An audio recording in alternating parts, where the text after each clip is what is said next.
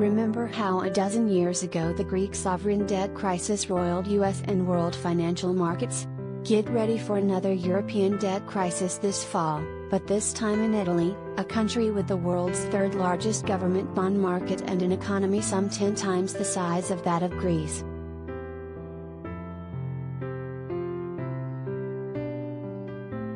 It's never a good time for Italy to have a major political crisis. But this one is occurring at a particularly inopportune moment.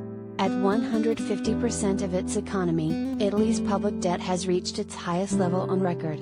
At the same time, its economy is being battered by the European Central Bank's shift to a more restrictive monetary policy to fight inflation and by Russia weaponizing its natural gas exports as part of its war against Ukraine. This makes it difficult to see how a sclerotic Italian economy and political turmoil will be able to grow its way out from under its debt mountain.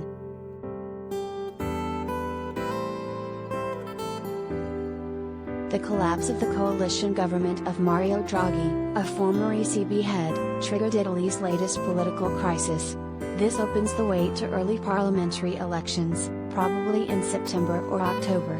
It also means considerable political uncertainty, not least because it could lead to the formation of a neo-fascist government led by the Brothers of Italy party, which is not known for being supportive of the European Union.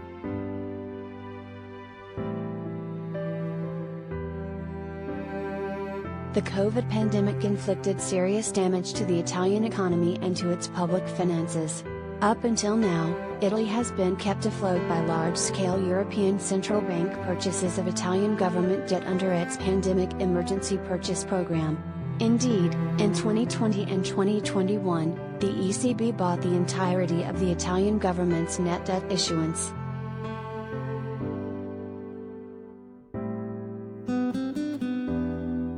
Unfortunately for Italy, the ECB's bond buying under that program has ended as part of the bank's shift toward a more restrictive monetary policy to deal with Europe's inflation problem. That shift also includes Thursday's 50 basis point hike in the ECB's policy interest rates, larger than expected and the first increase in 11 years.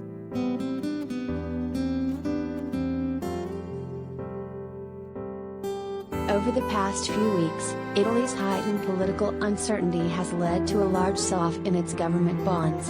Those bonds yields rose to nearly 4%, more than 2 percentage points higher than German government bond yields. Recognizing that such a sell-off could soon morph into another round of the Eurozone sovereign debt crisis, the ECB also Thursday introduced a transmission protection instrument. In principle, with that device the ECB can again buy large amounts of Italy's bonds as needed to keep Italian interest rates at a reasonable level. But it can only do so if a number of strict conditions are met.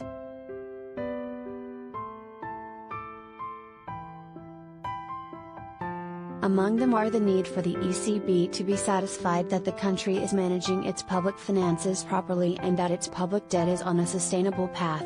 This might be a tall order for a lame duck Italian government in the run-up to contentious parliamentary elections. It might be an even taller order should a populist party making lavish electoral promises win those elections.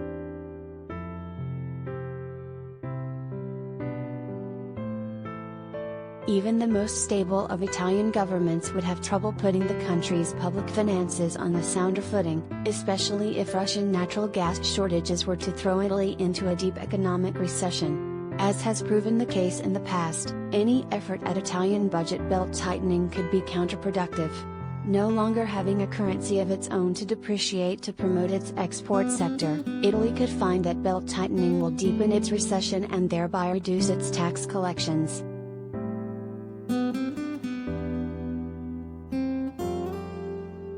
All this more than likely points to considerable volatility over the next few months in the Italian bond market in the run-up to the parliamentary elections as investors question the country's long-run ability to repay its debt.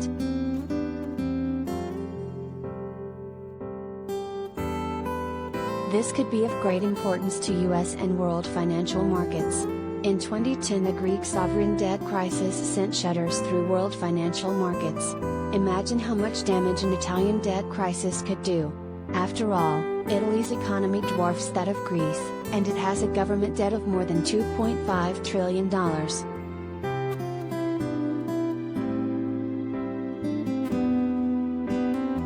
Desmond Lockman is a senior fellow at the American Enterprise Institute. He was a deputy director in the International Monetary Fund's Policy Development and Review Department and the chief emerging market economic strategist at Salomon Smith Barney.